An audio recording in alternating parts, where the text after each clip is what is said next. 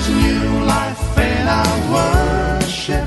There's new life in our service. The Spirit of the Lord has started to Good morning, viewers. Welcome to my brief devotion titled Fresh Bread. And I do hope that it makes an impact in your life as you begin a new day in Christ. Turn with me to 1 Samuel 26 verse 23, which happens to be one of my most favorite verses in the Bible. And let me also read it loud and clear for you today. The Lord rewards every man for his righteousness and faithfulness. The Hebrews, at one point of time, considered the word Lord so sacred that they would refrain from calling his name. They maintained his name as YHWH without a vowel in between so that the name could not be pronounced. This has been referred to as the Tetragrammaton. YHWH, if pronounced, YH is pronounced oo and WH as ah. So what does oo ah remind us? It actually reminds us of the sound of breathing.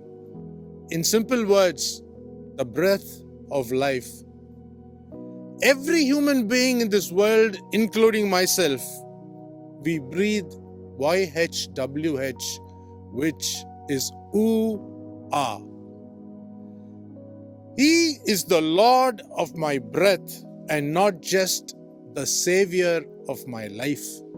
Genesis 2 verse 7 records that when the Lord God formed man of dust from the ground, he breathed into his nostrils the breath of life, and man became a living soul.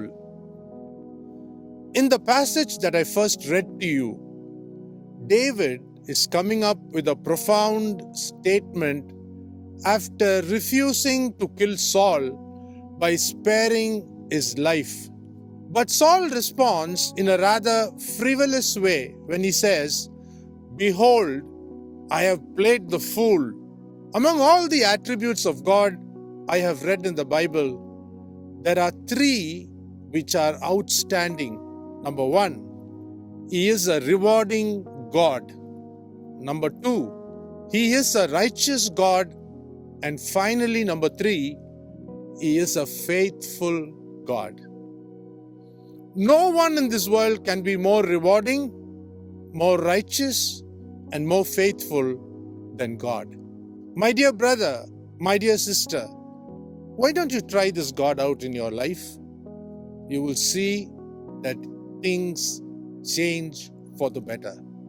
Think about this. Have a great day. There's new life in our worship. There's new life in our service.